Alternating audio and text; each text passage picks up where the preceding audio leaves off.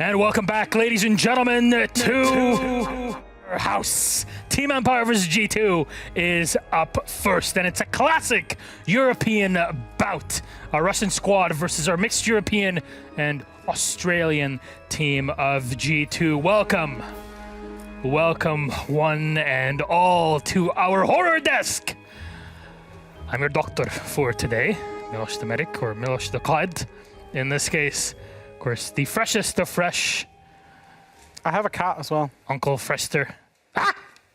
Yeah, he's very badly injured. I think Jess has had a go at him. Oh, sorry, Cannot Wednesday. confirm or deny that. And Wednesday. You have a sword with blood on it right in front of you. Thankfully, Yeah, both of for them are chained on a very short leash today to the desk. I'll put my cat back down. I hope everybody's picking up reactions for this one because, good lord, we're holding on for this one, ladies and gentlemen. Let's talk about these two teams. First up, Team Empire. Jessica. Wednesday. Thank you. Yeah, that's what I like to hear. Nothing but the screams of my enemies, of which I believe Team Empire will hear the screams of their enemies today. G2, as I said, has had a bad roller coaster. It's come off the rails. It is derailing as we speak, and Team Empire has a really good opportunity today to take full advantage of that and just tear their enemies apart, confirm themselves to the major, do everything that I've ever dreamed of. I'm sorry, I really got into that. Wow. I was really into that. Sorry, I was just... Yeah, I'm just hexing everyone out I'm very there. scared of Empire after that. Yeah, you should be. You are G2 in this case. You're the one talking about them. I am. I'm talking about G2. And G2 have been actually... Dare I say... I've criticised G2 a lot. But dare I say, I think G2 have turned a corner. In particular, what I will reference is Kayak and Yonka, both putting in very good shifts in the past couple of games. And, you know, I've said, what are G2 without Citizen? The supporting cast has started supporting around Citizen, because Citizen is their star man, but other people have been putting in good performances. So I think G2, they turned a corner, they're going to do well at the back end of the stage. Obviously, they can't make the major, or it's a very slim chance they make the major, but going in, they really want that fifth spot to basically guarantee themselves SI. Sure. I don't agree, because that's the better position to take here on the desk, just purely because a 7-5 against a flailing Heroic and a bare overtime win against Rogue, who had a very bad day, clearly. I think we're still seeing a G2 in disrepair. I think it's not necessarily about the opponent or the relative strength of the opponent. Sure. It's about G2 and what they'll have learned out of that. The fact that Kayak put in an MVP performance, for example, will spur him on to make those plays today and not shy away from making those plays or putting in another good performance. They've got a hard opponent today. They've got a hard opponent next Monday, but they do have the quality, and I think that's been the frustrating thing with G2 is they've got the quality to do so and beat these good teams. Who are the players that need to show up? Here's our highest EPPs, one of each team. Put them up and let's see who is best so far with our EPPs. Let's go. On the screen, everybody, your eyes. Make sure you're clipping all of this and posting it on the subreddit for that sweet, sweet karma. It's Dan and Citizen and Jess. We talked about these two for so long over the past couple of years. They're going to need to show up one more time in Stage 3 to finish up the competitive year here. Yeah, and obviously averting your eyes over towards Dan. He's had an exceptional run, especially over towards the major. He was MVP multiple times there. He came into this stage, and surprising to me, rather, especially on his attacking side, he was playing roles that I didn't think were that familiar considering what he had played in the major. I'm talking, you know, flex frag, on the bark, on those kind of soft breach kind of roles, and now he's taken that step back a little bit more and playing operators like the Thatcher that you see on your screen. Top rated for his team at the moment, but he is just right behind the tail of Citizen, who is in the top 5 rated players for the entire league at the moment. In my eyes, Citizen is one of, if not the best player in the world. And I think the reason I'm going to back this back up is you saw the entry kills that Dan had there. Yeah. Citizen doesn't have them. He's not necessarily that entry, the first person in, but the KD, the kills per round, is just so superior. He really does have massive impact on most rounds without being... You know, you think of Doki. I'm going to reference Doki in this, whereas Doki will be the first one in. If he gets to 2K, it's good, but sometimes he'll be the first F, you know. And that's kind of the way Doki plays. He's in them early engagements to make the space. Citizen's much more of a lurker, but he does that job exceptionally well. And we've seen G2 basically only be Citizen up to a point this year, and they've still managed to accumulate points. Who measures up to Citizen, though, on G2? Because, say Empire, say Dan, then you have Joystick, and a great performance. You got Shepard that really shows up when Sure. it's needed. Who can fill those extra spots on G2? Because only really seen Kayak every now and then. Yeah, and that's what has been G2's frustration right there, is who is going to do it. We've seen glimpses from them all. We've seen Virtue, he came in big against Rogue, he came in with a couple of clutches. Kayak last week against Heroic on Chalet. And, you know, I'd kind of, in a way, look to Hungry. I think Hungry, we started off the stage calling him kind of an exotic player, playing a lot of Ying, that type of stuff. I think he needs to have a little bit more impact because he can be the one that steps up, though. When he was first imposed on the team, he had a honeymoon period that shot his stats up considerably, but this oftentimes happens with a lot of players. Unfortunately, the debut of Yonka didn't have that honeymoon period, and it's been left with a lot of solemn thoughts, at least in my mind, about his performance thus far. I know if I'm scrolling through all of the different stats for the team and just wondering where does he sit at the moment, if we're talking about G2's possibilities, I don't think he's been over a 0.9 rating, at least a CGG rating, through the entire time he has joined Tier 1 play. And that is not a good place to be if you're a player looking to make impact on a big team. And that's especially difficult when there's been teams like Heroic. Correct. That will win rounds but won't win games. There's been, you know, Secret, a very similar team where they're down the bottom and you think in G2 everybody can have a good day against these teams, and to still not be putting in, you know, good performances against those teams is a little bit concerning. Then our map for the series, where will our burial ground be? 7-map pool, 6 are out, and 1 is left. It's Clubhouse, and they're going to be praying down there in that church. What Jessa said is not really the kind of praying type. You're going to have to use whatever you got for that. Empire picking Clubhouse. They get the pick between that and Oregon, as Cafe was removed by G2. Before that, starting side attack for Empire's G2 have picked defense. Jess, does this bode well for G2? I mean, for G2, they have a pretty decent win rate on it in the past few months. We've seen some disappointing attacks on it earlier on in stages, but we have seen that being cleaned up, rounded on the edges.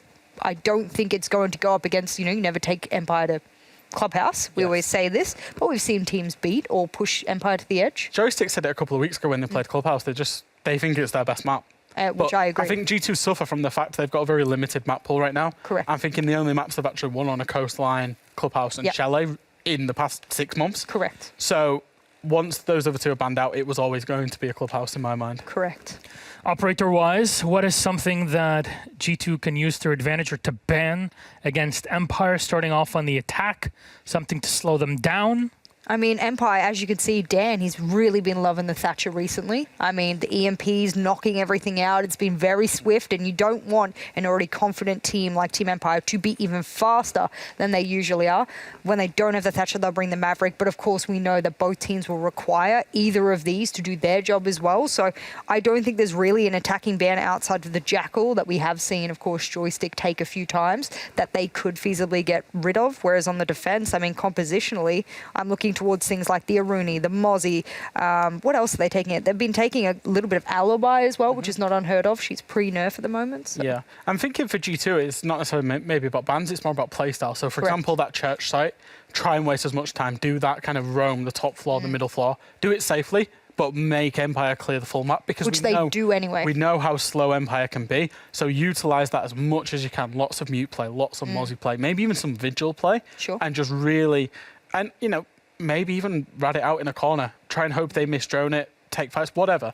Just slow it down so that when their execute comes, it's 10, 15 seconds left and you can collapse on it. They say ratting out in a corner, but Citizen has been doing a lot of that, and every single time he ends up being the last person alive in the round, where everybody else is faltered and he's left alone. He can't really do much in that way. Is this something Empire can keep on rolling against G2 in this case? Empire's attacks on Club are actually very good. The last time they played it, the only sites that they struggled against was actually bar and stage, which is weird to stand here saying Empire struggled attacking bar and stage. Every other site they are proficient, and Clubhouse is a very checklist map, and Empire go through those checklists, especially on that map, very well. Yeah, I think they'll do quite well. We know they've always roam clear top down, regardless of whether there's a roamer or not. So yeah, Empire will redo that. They will make me very proud because of my predictions. I'm absolutely certain of this. And of course, again, we always bring out the roses for G2's funeral here. Is this their major knockout game if they lose this? Yeah, so G2, regardless, they would need to win. Do you want me to hold a rose as well? Okay. We just need G2 would need to win and hope for other results to go their way in order to make the major. So it's very difficult. They're basically playing for 5th spot at this point to try and secure themselves invitational. Yeah, exactly. This is the roses we will be taking to G2's major funeral, and we just placed them one by one. Sorry, Carlos, but it's gonna be done. Yep. We'll see. Could be different. Maybe you can take Empire to Clubhouse.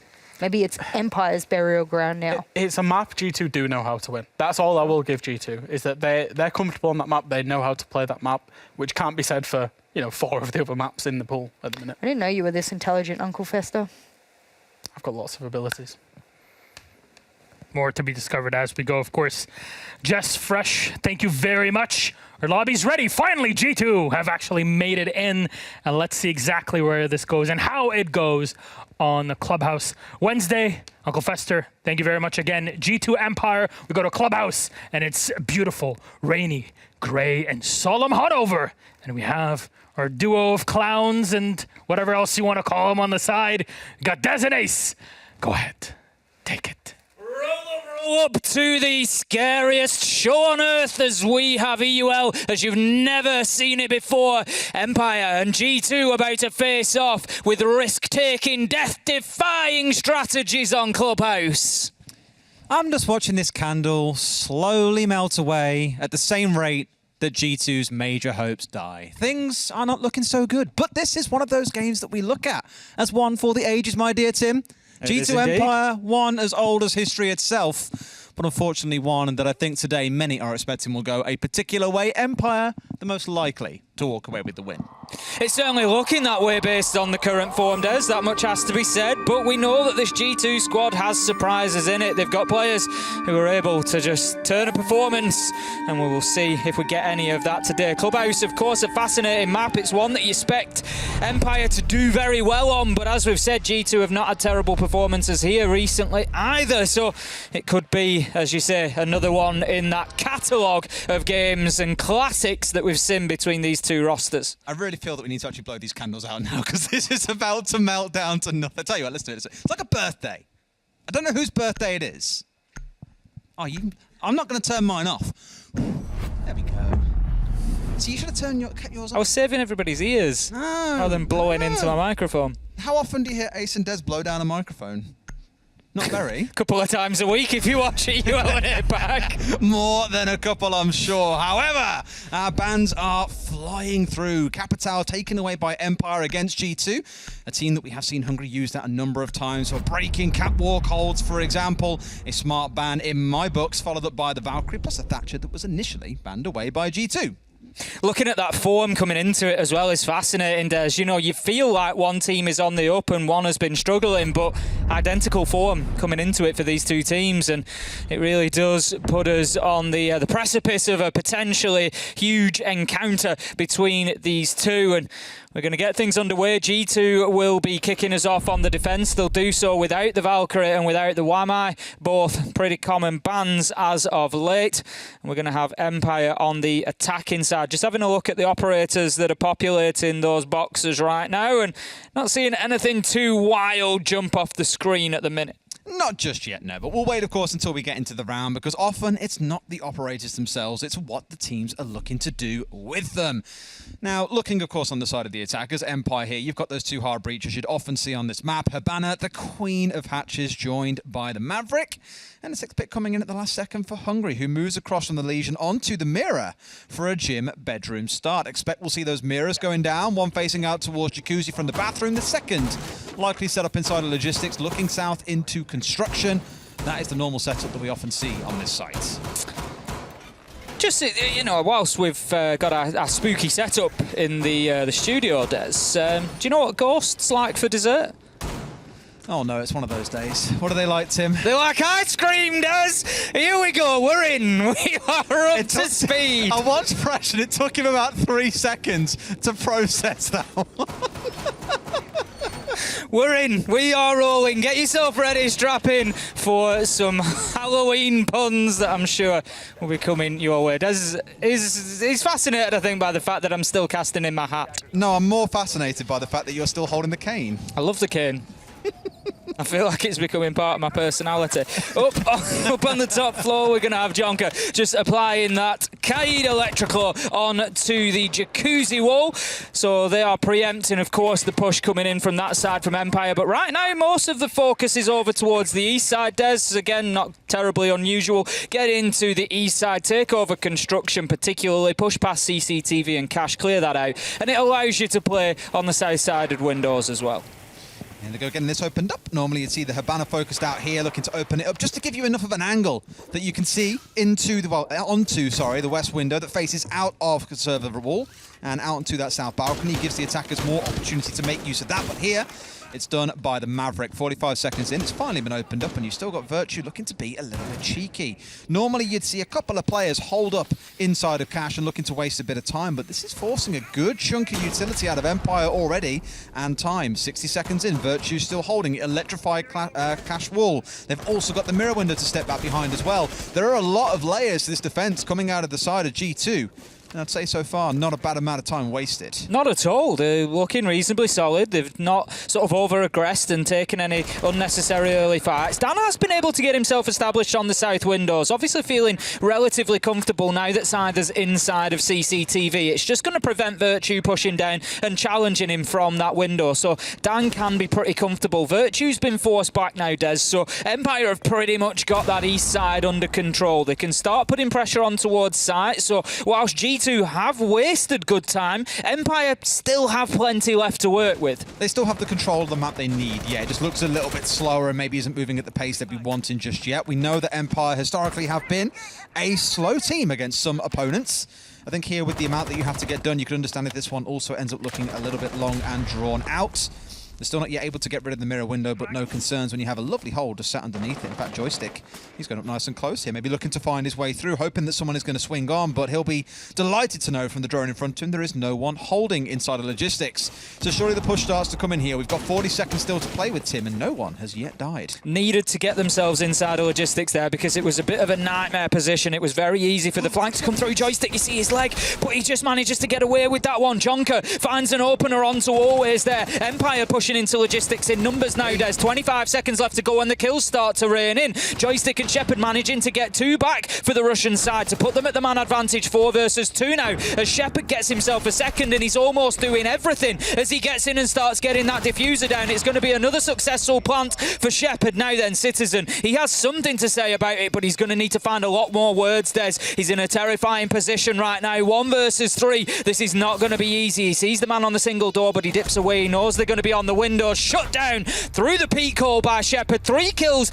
and a plant for him in the round, and that is great support play. I love how your gesturing has gone beyond hands, and now the cane is the extension of your body. Really? Just pointing at everything. Emphasis. Very strong and potentially bonking energy. I love it. I've got to talk about that round a bit more and how things played out at the kind of dying moments really for Empire. There was 30 seconds on the clock. The push comes in. 3 force their way through logistics. G2 do not win a single gunfight, bar the 1 kill that came in from Citizen on his later round rotate back up main stairs.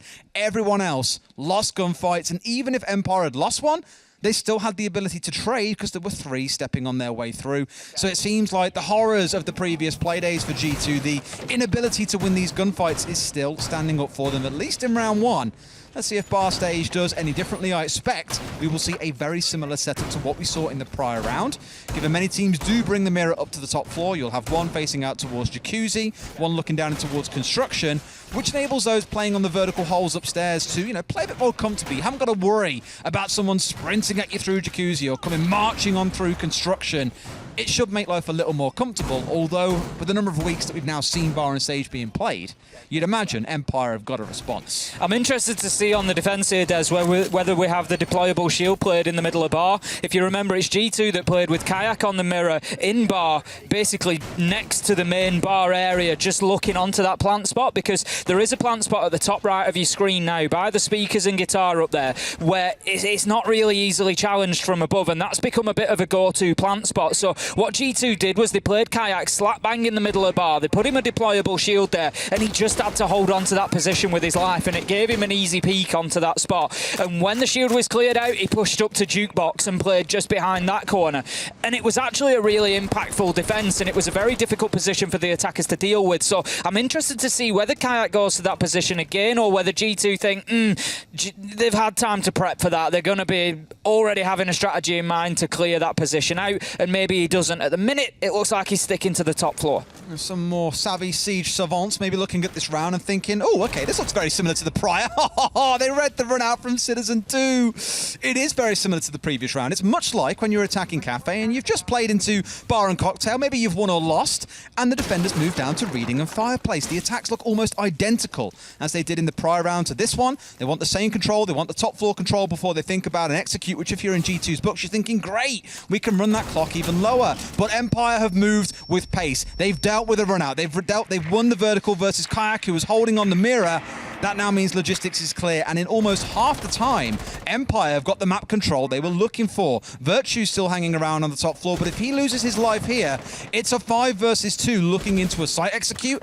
And I don't know about you, Tim, but I'm not fancying G2 to be the ones who come out on top if it does go down to that 5 versus 2. Absolutely not at the moment. Now then, Scyther, he's looking to push in towards this bathroom position. Virtue on the Jaeger there, just trying to hold back behind that mirror and just use the peak hole to the side of it, but he knows that his moments are numbered, and he's going to have to dip away from that position as the Maverick opens up the jacuzzi wall. 1 minute left to go, and G2, they managed to get themselves a kill, Des, and that is really important. It brings it back to 4 versus 3 now. A lack of awareness maybe from Empire. That hole was present in the prior round, if you remember. Even saw his leg, but didn't get the shot off from above. And they've just walked over the same hole and lost a life to it. So a small thing to note for Empire there is what G2 like to do when they're playing on this setup. Here comes a swing in from the main door, though. Yonka losing this one out to Joystick, unfortunately. 40 seconds to play in a 4 versus 2. Surely Empire cannot walk away the losers in this round. But Hungry has got the long angle onto the main door. He's got all 3 smoke canisters still in back pocket. He has got the tools to stall this attack out for long enough, given we're now down to 25. But the plant is going down. Shepard starting to stick it. Surely Hungry lands these shots. He misses them, and Joystick wins. This is what I mean about not winning gunfights. Virtue, the last man left standing in a 1 versus 4, and Joystick wins yet another. It goes from bad to worse for the members of G2, seemingly unable to win a gunfight across these 2 rounds. Fantastic start from Team Empire. They've been able to lock down the top floor, the mid floor. You're looking at this and thinking, is there any attack that they can't win, Des? They're going to have an attempt at the next floor down as G2 just trickle down and down and down as the life force is just sucked out of them round by round here by Team Empire as they just keep going. They're going to head all the way down to the basement this time, G2. It's going to be Church and Arsenal, and it's a very similar lineup. They've got the Legion this time on the side of Citizen. He didn't last long last time around with that attempted run out. And an operator like Legion, you got to have him in there for the round, Des. You got to have him for as long as possible because those goo mines, they are generating over time and they could be really important in slowing down, particularly a side like Empire, who we know often fall foul of the clock late in the round. You come down to site, 20 seconds to an execute, sting, sting, sting, goo mine after goo mine. It could be pivotal. It could be against a team that historically, again, is quite slow on their attack, so I'll give you that. But let's not forget Citizen was on the Aruni in the prior round. That's why his attempted run-out came through, dropped the utility, make the run-out attempt. And unfortunately, it came back to bite them on the downstairs. Maybe he plays more passive on the Legion, but knowing Citizen, he likes playing this more kind of perimeter player is what I call him. He's not a site player, but he doesn't go wild off on the roam very often, apart from in the previous round where he went for the run out. But it's the kind of player who, as we've seen on maps like Chalet, will play a smoke with a shield and an FMG and hold somewhere like Mezzanine. That's the style of play that he likes to go for. And I think Empire are probably a bit tuned into that, right? They know that he is the main threat on this team. They deal with Citizen. They remove a good half of the threat on that G2 side. So coming into round 3 then. I cannot get used to Fresh walking around the studio looking like that. Honestly. Absolutely, it's amazing, isn't it? It's incredible. I think we've got to give a shout out to the 2 makeup artists who've come in and done phenomenal. They deserve the biggest shout. The work has been absolutely incredible. They were watching the broadcast earlier, so hopefully they still are. Thank you so much for the work. It's been brilliant. They've taken videos, a bunch of us to kind of show off their work. Bless them. They were sat there taking pictures of the TV in the green room of the shot broadcast being on. Yeah, it's very, very cute. They were They were really impressed with it, and to be honest, we've been really impressed with their work. It's been fantastic. I'm sure you all agree. So getting back to the action then, we are a minute in here. No early opener for Empire this time. Citizens managed to keep his life. That punishment on the run out has maybe just tempered his aggression a little bit. Empire getting in reasonably quickly to the top floor. I think they're fairly confident. We've got drones racing around the feet of Joystick as much as they can do. Obviously, the mute jammer's going to do a little bit of work there just to prevent them being able to go through. So Joystick's just going to sweep across the rest of the top floor. But I think at this point, they're reasonably comfortable, are Empire, that they've got at least 90% control over this top floor. Joystick just applying the finishing touches to that roam clearance. G2 are all back on site. 1 minute and a half left to go. Empire now need to start getting onto that mid floor. Thank you, Dan. Perfectly timed, as I say. Think about getting the hatches opened, which is exactly what they do. Coming up towards that final minute mark, we haven't lost a man yet. And Empire just being a little bit tentative here, Des. 1 minute 10 left to go. Yep. They need to get a little bit more access. They need to start pressuring G2 now. These hatches, because those are also the first X-Kairos coming out, and they're already being shot out and deal with here. They've lost a couple already through the hole that was already on the hatch. But the problem is with the Hibana, of course, she now has the option of 2, has done for about a year or so, and can just keep on cycling through those. And you cannot deal with that 9 times over. It's a little bit excessive. But clearly the focus for the side of Empire is going to be this kitchen hatch, because you've got 2 looking to push down blue, 2 or 3 hanging around kitchen, vertical work being done. I'm thinking, is there going to be a push down through dirt? And I feel at this point it's a little bit too late for that rotation to come in. So it's going to be a blue and hatch drop coming in. So you're hoping on the blue players to get the control inside of dirt as well as inside of blue itself. And here's where the attempt comes through. Grenades singing on down as we hit the 20-second mark. Here comes the final push then. There's absolutely no choice now for Empire. It's time to go, and this is where Goomines could come in clutch, as I said. Dan, however, comes in bigger with 2 kills of his own. Make that 3. Scyther gets 1 in the mix, and it's 1v4. Shepard's getting that diffuser down, as he always will, but he won't need to as Scyther goes in there and gets that final kill. And right now, Des, this is absolutely ghoulish as Empire just run over G2 in the first 3 rounds. I feel like I've said it, and I feel like a broken record because I've now said it 3 times. Look at the gunfights being won by G2 in these rounds. It simply does not exist. Now, whether you put that down to Empire being on absolute A-tier form and smashing the living hell out of G2 is up to you. But to me, what it looks like is, again, many members of G2 are losing these gunfights. Some should be won, some you give to Empire playing well. And that's even with Empire being slowed down right to the very end of it and looking a bit shaky in what options they still had to attack. I'm glad they've called the timeout because they sorely need it. But this feels like the story of G2 for the last few weeks, right? Where every time we come to this timeout, look a little bit downtrodden, the backs are always against the wall. It's a real rally to get themselves back into the game. This looks exactly the same and a shadow of what this matchup used to be between G2 and Empire. Well, the thing is, Des, we get to these tactical timeouts, you look at it and you say, what impact is that going to have on the remainder of this game now? And the honest truth is, have we seen a tactical timeout for G2 over the last few weeks that's had a big impact? As you say, we look at them and there's, you know, they look in there like there's problems. There's obviously problems going on in this game. Not able to get around off of Empire, and I just don't know where that turnaround is going to come from. I've sort of lost faith. G2 were one of those teams, that you believed it could be done. You know, whether that be from historic matches or recent matches, you just believe that they had the ability there to do it. And right now, if they go 5-1 down, 6-0 down at the half, do I believe they're a team who can turn that around? Right now, I gotta say, in honesty, I don't.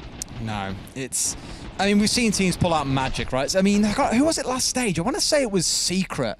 We're down like 0-4, had a timeout, and came back and won like 6 rounds in a row. Forget if it was Secret or if it was Rogue or someone along those lines.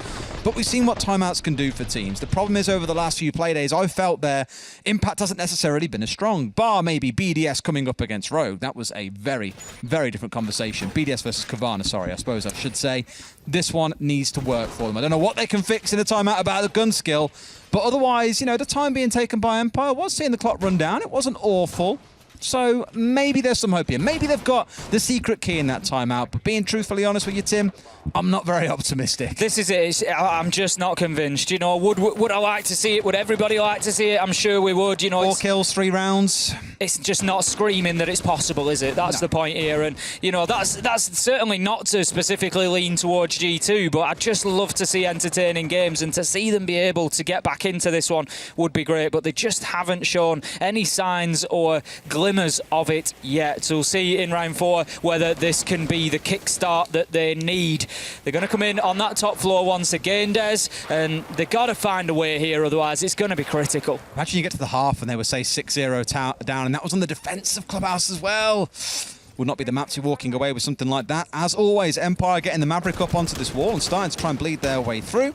And here comes the Butlers to make sure things are cleared out very quickly and clinically. So again, it's a return to what we saw back in round 1 with the gym bedroom attack. Empire, you'd assume, will be able to speed things up a little bit here. And as commented earlier, for G2, there's got to be something special. Some magic change here in winning some critical gunfights, because even Citizen lurking off around the map and making his appearance towards the dying moments last time round only found a single kill. Simply was not enough. Far from getting better. It certainly seems that things are getting worse right now. Always goes in, just going to start taking that utility out. He's able to walk in and out of CCTV before they start pressuring onto construction. Empire at the halfway mark here. They're going to start getting walls opened up. They need to get some lines of sight into construction, because G2 are playing this quite high at the minute. They've got a player on red stairs. They've got Citizen chipping away through the angle there. Virtue's going to continue to cause a nuisance of himself. He's going to move back into CCTV, but what a nade comes in through that hole that had been opened up, I think, by G2 as part of the defensive setup. And they're going to lose Kayak along the way as well, and it's 4 versus 3 all of a sudden. Team Empire once again in the ascendancy here. A single one coming back from Citizen. Shock horror. We've been saying this for weeks, it feels like, about him. Now, they've got themselves back in a 4 versus 3. It's not the best roam. Okay, you've burned through about 90 seconds or so, and now Empire have still got to deal with getting Jacuzzi open, which is what you're going to see Shepard and Always move over to deal with. One pushing in from logistics. Last time it was 2 or 3 pushing inside of there. I imagine really Always wants 1 or 2 more to support him on this push-in. It's not really the kind of angle you want one person pushing in through. But on the sheer basis of it being opened up, the hatch being broken open, it always puts that what if in the mind of G2. What if someone comes to push us there? But it's Joystick once again moving his way up through construction. He's kind of the point man here. We're down looking to push on the south side. They've got a 3 or 4 angles set up on the looks of things. The question is, can they find these last couple of members? Seized ahead, but very fortunate to keep his life there. Citizen finally put down. That's the man that you want. The 4 versus 2 in play. The nade coming in over the top. Hungry finds one onto Joystick, and Hungry, no, not falling down. Citizen is down, almost out. A double kill coming in for Hungry. My God, he's fancying himself a snack, and Empire look pretty tasty right now. Plant surely to come through. They see the one man. The kill coming in from Shepard, but where's the last? G2 win it out. They can't get the plant down in time, and finally, there is a round on the board for G2. Better from G2. They were able to frustrate Empire in that round, Des. There was just no real way in. The challenges kept coming from G2, but they were patient. They didn't overextend. They didn't over-aggress, and they just burnt away the time. And how is the method? What is the method to beat a team like Empire? It is to burn time.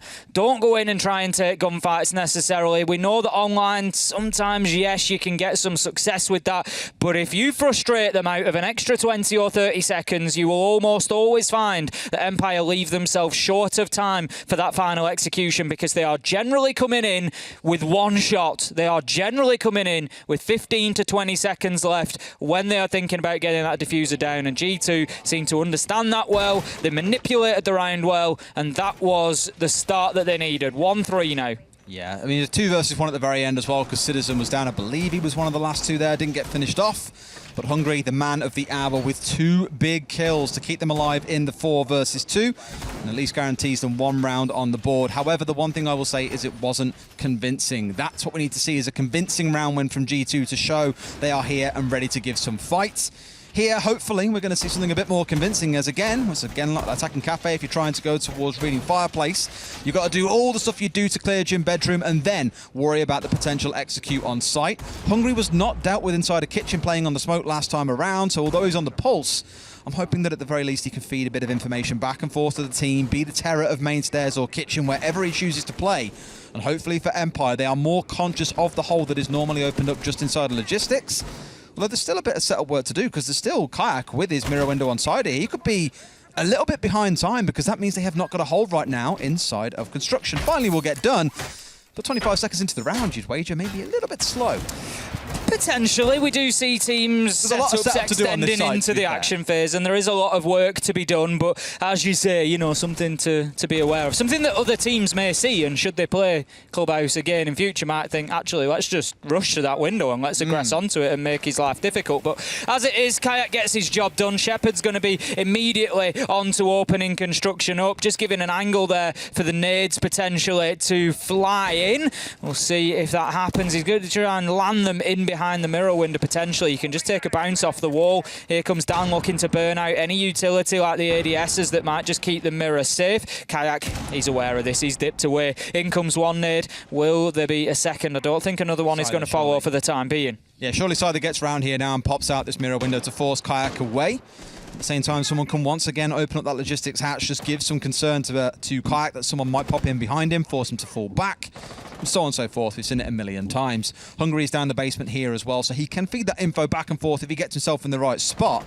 Sider's still all the way out towards red stairs here as well, maybe going on the roam, trying to find Hungry. You've got to be mindful that you are pushing into a cardiac sensor, so may have a very good eye as to where exactly he is on this push forward. Always bringing down Kayak from the hatch, and that's logistics cleared out once again. Power position though, because now that allows Empire to push into construction and to start just increasing the pressure across that top floor. Hungry all the way down in the basement for the time being with that pulse heartbeat scanner. But as you say, Des, a flank drone is almost certainly going to pick him up here, and they'll be aware that the pulse is down underneath. Shepard's seen him. Shepard's definitely seen him there. Joystick just looking to cover the angle, not going to have him pushing through lounge, but he could come underneath here. This is a game of deadly cat and mouse here, Des, between Joystick and Hungry. The problem is you're in numbers advantage as Empire, so while this chase is going on in the 1 versus 1, it means there's only 3 playing on site and 4 members of Empire to make that push forwards.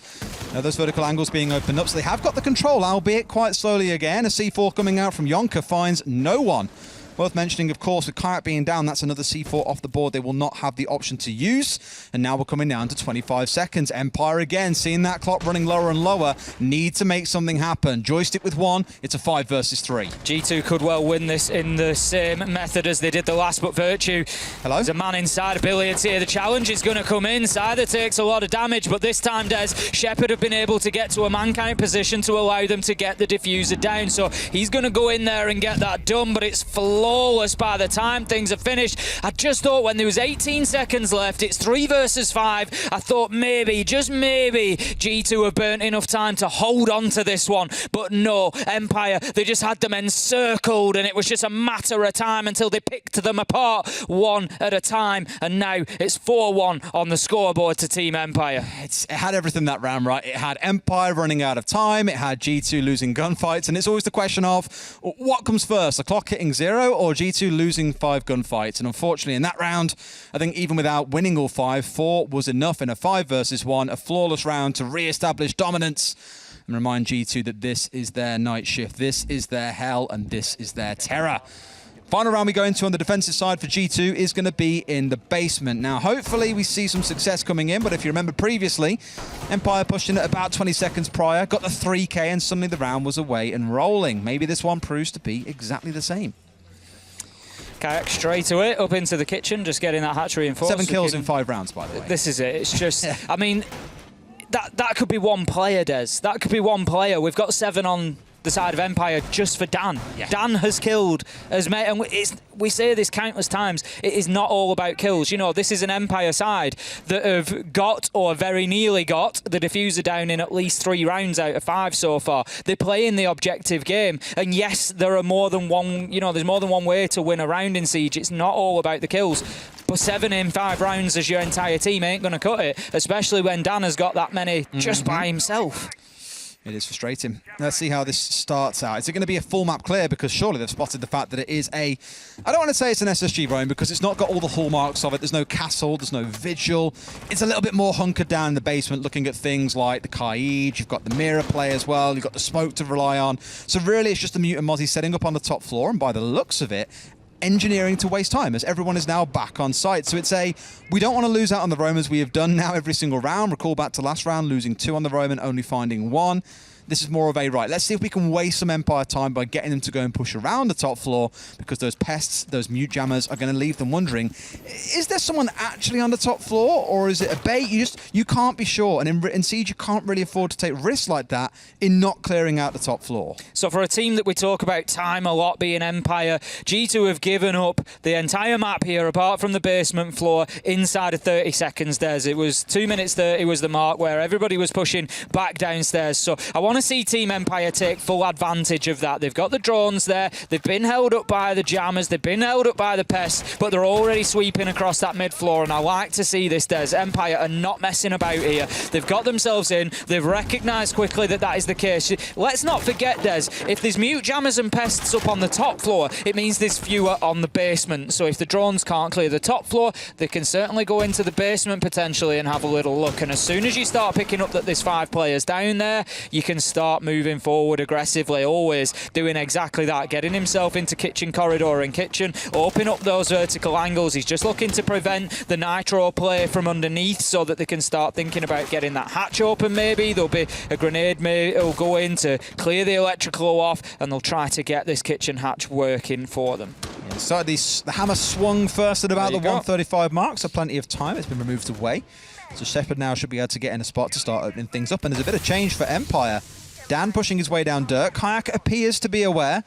Has chewed through 2 of those smokes so far. 1 still remaining. Will find himself full flash here as he backs his way in. And Dan, oh my, he's trying to rush in. Shotgun versus shotgun. Who wins out? It's the Skeleton Key. So aptly named on a day like today. Dan! A double onto Virtue, and that is the control that we were worried about. They couldn't find it in the prior round. It wasn't their focus. Here it's different, but it's Citizen. Did he see the second man? Surely he knows, but the plant's already being stuck. It's too late at this point. A 4 versus 3, and Citizen sees the man, but always does not miss. He always lands those, you might say. C4 comes out a little bit misplaced, unfortunately. However, does find it onto Shepard. A 3 versus 2. About 20 seconds to work with here on the side of G2 for only Hungry and Yonka, who have still got it all to do. Certainly a lot of work for them. We've got Joystick just holding the angle in behind boxes. Surely he finds the first. No, he manages to get the down, though. That is important and unfortunate for Jonker. It's Hungry who actually covers his man and gets the kill, but right now there's one up inside kitchen. Des, it's going to be too little too late. Hungry's got no option here but to try and just bait him out with a little flick onto the diffuser, and that is going to be the end.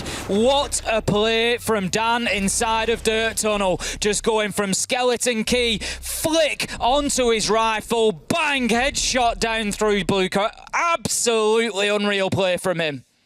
It's another one of those rounds where, again, G2 have been outclassed when you look at the way the gunfights have played out. Again, it's one of those times where you look at, I don't want to call out specific people here, but some look at the game like a game of chess and will say, well, the player won't push because there's smoke deployed, and you've got this angle from blue to watch the man. That all goes out the window. As soon as a player can push down dirt, kill the man holding you who's got a shotgun at a close angle, and instantly bang the guy in blue. That just flips the whole round entirely on its head, and rightly so. Empire sprung into action. Citizen trying his best yet again on the flank to find a kill or 2 to really shut things down, but it simply wasn't enough. And here is the replay. The Skeleton Key kill, straight switch onto the rifle as you commented, and from there it was beautiful. All too easy, because again this removed all the control that they had. Look, there you go, the pre-fire coming in. Boxes. Finds Virtue, close out. Blue is empty, dirt is empty. The site is basically fully exposed, and it's all too easy for Empire. He opened them up like a tin of beans, Des. Simple as that. He just went in there and just absolutely crowbarred that defence wide open. I've never seen someone use a crowbar to get a tin of beans open, Tim. Well, no, you'd use a tin opener for that. A Tim opener. You could say on a day like today. There's people waiting. You could say that. See what's in that skull of yours. We're going to head into brains. I feel like this is the only day where I could threaten to cut your head open and it feels at least somewhat thematic. Oh, it's absolutely fine now. It's absolutely fine. Fancy dressing Halloween. It's not a problem at all. Just not on Wednesday. Not Wednesday. Coming into round 7 then, it is going to be the flip of the sides. Empire go on to defence. Dan getting quite aggressive on the Mozzie here, playing right outside a kitchen door, knowing that the attackers may try to push in through there. It's going to be a defence of the basement floor, always up on the top, along with Scyther. And the top floor roam really doesn't feel like something G2 particularly committed to, Des. And Empire feeling a lot more confident, maybe. They're up there. They're ready for the gunfights. They've got 3 out on the roam. They're like, bring it on, G2. Well, again, looking at the setup, it's not the full, like, SSG roam, right? Again, no castle, no vigil. It's much more focused on the ability to roam and be a little more mobile. Citizen, speaking of mobility, is straight inside a kitchen here. Drone at his feet. No one yet actively droning him in, so wants to pause for a couple of seconds. And here comes most of Empire now backing their way back down towards site, not wanting to lose any members, picking up what drones they can, and now they know. Surely they can take out all these pellets, which they'll do except for one. Not ideal, but you've done the hard work there and got yourself back down to site. You'll waste more time out of Hungry because the drones were taken out. He's now lost both drones, by the way. It's worth mentioning. So inside 70 seconds, 4 drones dead. That's more dead than what Empire had in every single one of their attacking half by this point in the round. Certainly is now. Citizen just drawn in for himself there, looking to get ahead. He's going to spot out Joystick on the main stairs, but will lose his drone in doing so. The Jaeger heads himself back into sight, and we can see now, apart from Always, who's just remaining on this sort of semi-roam at an absolute push. He's on an elastic band back to sight. As soon as the call comes, he will drop back, but he's just going to hold that angle and see if he can get himself a cheap kill on the tight angle with the shotgun. And it shows a good shotgun player, Des, when they can understand the map like that and think about how can I create short angles. We nearly lose a man inside a kitchen there. Either he manages to find a headshot onto Citizen, and it's all going wrong for G2 once again. They could be facing match point here, Des, if this does not start to pick up in the next minute. See, the drones saw him as well, so they knew that C4 was coming out. Aptly so, backing away Hungry. Virtue hanging on the near corner. And speaking of, Hungry finds one, I believe, up through the hatch, so a good little shutdown there, but will it get things moving? Because there's still 2 players from Empire holding close. Shepard playing in dirt, 1 inside of Church itself, so a very tight-knit kind of triangle set up between these 3 defenders on the side of Empire. And G2 have got to pick a point to push in now. We're down to 30 seconds. Kayak's going main stairs, 2 dropping Moto. I'm just concerned that they've got 2 players that can very easily contest this. There it comes. Jonker pushes in, manages to get a kill as Dan swings around and just looks like he's a little bit unaware onto the hatch. Joystick manages to find one. He needs more. He can't. His shots are too high. And the fact that he was crouched just saves the life of Jonker there, who's able to get into sight now and start getting the diffuser down. But before he can trigger the Toxic Babe, the last man is shut down. G2 with a successful attack, and that is a sigh of relief almost, I'm sure, breathed for these players and fans of G2. I almost feel like you could change the team tags there and it wouldn't have looked any different to a round of Empire's attack, right? It had all the characteristics, quite slow. They left it to the final 20 seconds, weren't quite sure where to push, where to drop, what to do, and then they find 1 kill, which turns into 2, turns into 3, with gunshots on the defensive side. It's almost like it's a curse in this game, Ace, but it is another round for G2. Still 3 behind, Empire still just the 1 to find themselves pushed through into overtime, at the very least, if not onwards towards a win. Gym Bedroom, where we now stop, and the next operators to join the lineup is going to be the Echo, something that's very much a hallmark of the Russian teams, Virtus Pro and Empire, enjoying playing it, normally on maps like Cafe. Here it's going to make an appearance on Clubhouse. I feel like this is an important round for G2 now. They've got the 1 win on attack, and that being their first round on attack could be a real mental boost. It's like, right, forget about the first half. We've got the win on the attack. We can continue doing this now. We can continue this momentum. We've just had Team Empire do it to us. Maybe Clubhouse plays in favour of the attackers today. Let's get in there and let's get it done. So G2, if they can win another one here, you start surely believing that that momentum has shifted along with the change in half. So this one, for me, is going to be crucial if they want to get themselves back into this. If Team Empire get themselves onto 6 and only need 1, I can't see G2 being able to take 4 in a row and stop them here. So they really need a successful assault, and it's going to be on to Gym and Bedroom this time around. Now, the question is, where will the push come in from? We saw Team Empire not really work the Jacuzzi side too much, Des. They weren't fancying a dip in the hot tub. They wanted to come through construction more than anything. I think Yonkers missed the... I thought I was going to say he missed the left side and getting it open, so I was like, what's the game plan here? But I think his intent isn't to get it open, it's just to give Hungry some angles to challenge through. So it makes sense. It hasn't got to be perfect in this case. Hungry might just find himself actually sat out here on the east side of the map for a while, because again, your whole purpose there as being the Habana on the rappel is to watch through that hole and stop anyone on the defenders running onto the west window in CC and challenging onto the south balcony. Now, he's left away from that, so if Empire play their cards right here. They could make really good use of that angle to cause a bit of trouble, to be fair. Hungary's going to start opening up the construction wall, so that is potentially going to cause issues. He's had to do it high up because of the mute jammer that's on there, but that, of course, now is a spherical radius rather than cylindrical, so it just means that it does miss the top corners of those walls, and in what was just a little bit of a nerf to the mute gadgets there. So it's going to allow him to open up, and that obviously just opens up the risk of explosives coming in as well. Now, got the jacuzzi wall open as well. Jonker and Kayak on the sledge just combining to get that job done, pinging out a mute jammer there. They need to get clear so they can get the drones in, but they need to be careful in doing so because there's a couple of Empire players just looking onto that spot, so smart use of the gadget there is going to allow them to do that. Now, this could be an interesting nade hole as well coming in. They have got Dan's ADS scattered around there. Surely, in this instance, they are starting to get things opened up. Only 2 went through in the first place. Always finding the opening kill onto Virtue. 0 and 7 in this game. Man, calling James Bond, it's definitely not the day for the thematics, but it's stacking up no matter which way you look at it.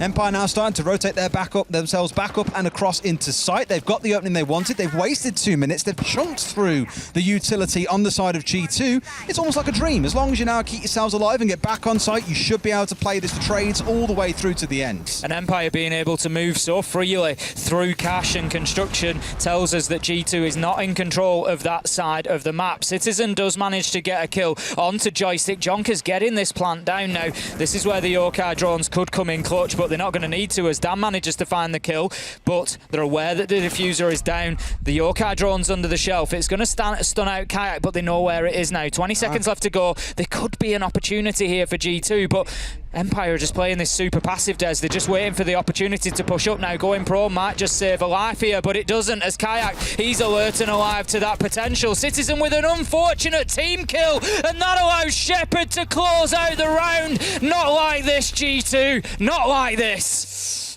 It tells you a lot when 3 players are all funneling through the same single doorway in the dying seconds, that things are not going to go well. There's a crossfire set up by Empire. They're literally climbing over a pile of corpses to try and get in the room. And look at how things closed out. The Yokais, again, just proving to be a bit of a nightmare. Empire masters, it feels, at this point. Cafe or Clubhouse? They'll show you how to play with Yokais, Tim. I'll tell you that for nothing. They certainly will. Dan's kill through onto Jonker as well. Just really important because obviously if that diffuser goes down, you've got a different situation there. But then in the last 20 seconds, G2 have to scramble. And when your team's not playing that well, that's what becomes difficult. Doing those adaptive pushes, doing those late round changes, scrambling, mixing things up, getting in there and getting those final kills. And Team Empire just able to frustrate them. It was close at the end. The team kill, super unfortunate, Des, super unfortunate, but it just allowed Shepard to finish things off there at the end. Now 6-2, it's going to be match point for Team Empire, and they've got 4 chances at this. I'd normally say 4 bites at the cherry, but it could be 4 bites at the pumpkin today, Des. Fantastic, Tim. Fantastic. It's going to be this CC hole coming out. Seeing Always stepping across onto the Kaid. I imagine to electrify both Bay 1 and Bay 2. Keep those walls closed up for as long as possible, which is where Yonka will step in. There was one thought I had in that last round that really, I think, describes how the game has felt at points for G2. It's a game of individual efforts, right? Like Citizen out on the road doing his own thing. Players on site just being bowled over one by one like Skittles at a bowling alley. And the Maverick pushing in from the jacuzzi wall. Again, Solo open the wall, Solo try and push through. He had a drone there for a couple of seconds. And then they all kind of go, right, guys, get together, main stairs. We've got to push him. We've got to make something happen. It's just a little bit scrappy. It doesn't look as cohesive as what Empire's does so far. This is sort of, you know, I picked up on the fact that Empire were able to rotate back upstairs through cash, through construction so late in the round. You'd normally have some sort of presence, some sort of deterrent there to prevent that being the case. But as you say, G2 had at that point pretty much completely rotated elsewhere, and it's not been an easy game for them, that much is for sure. We'll see if round number 9 gets any easier. Joystick, he's inside a garage right now, just trying to fight off any lower floor push. He's going to get aggressive on towards that blue stairs window as well. He might just find a man if he takes a little peek and a pre-fire here, but he's just going to hold his line. As a defender, he really doesn't need to over-aggress there, but he's going to start sweating in a minute as the pressure mounts. There are 3 directions he's going to be challenged from. A nade comes in, takes a little bit of damage. He fires shots out of the door, can't connect with anybody. He's just aware that the wall is being opened as well. 1 minute 30, Joystick still not dealt with in the lower garage. he's just moving around for free. Like, when you take a shot or two, then sure, they'll know roughly where you are, and surely you get yourself pinched, but drones are being run into, and they've got one drone left, Tim. They've eaten through 9 drones this fast into the round. Like, they're chucking everything at him, and he's still alive. They're getting this wall opened up, but here he comes in the challenge. He sees the Maverick. That is the kind of thing you'd see in ranked. 3 are dead. There's nothing else left here. Hungry does find one back, but it's a 4 versus 2. Citizen and Hungry, 2 of the players alongside Yonka that have stepped up in this game, but I'm concerned now that with the time they've got left, 60 seconds and only 2 players to do it, that this one is a write-off and Empire walk away the winners. Joystick just cannot be allowed to get that kill like that. He's been moved around Garage. He's had angles on 3 sides of him. Finally, a nade picks him up, but that's the 3rd attempt at an explosive kill. And Des, they still have always on the catwalk, and he finds the headshot. And this was always the problem with Joystick and not clearing him quicker, allowing him to get the kill onto Maverick. He's just had an absolute field day. The last man is down by the door. It's Dan to pick him up, and Empire, they finish out what has been a clinical destruction of G2. Clinical is the best way to describe it. I can't think of how many times that game we watched always dome Citizen as well. Normally, the X factor for G2 has turned to be the null factor. Very little impact in the game, and the misery for G2 continues to pile up. But for Empire, they continue their ascent upwards. That major basically guaranteed at this point with how things are playing out for them. But another rivalry ends in tears for G2 and Empire. Are we into their territory, it feels like? It certainly feels like they've hit the ground running these last few weeks. They've got themselves in form at the right time, and we talk about that so often, how important hitting form at the right time is. It's all well and good having a great first 4 weeks, but if you can't extend that through to your major performance, get in there and actually doing it on LAN, then it's all for nothing. But Empire, they're looking like there's plenty more to come. All this talk about form, the only form that G2 will be taking will be one that fits into a box 6 feet under. Let's go to a break, and when we come back, our analysts will have plenty to break down.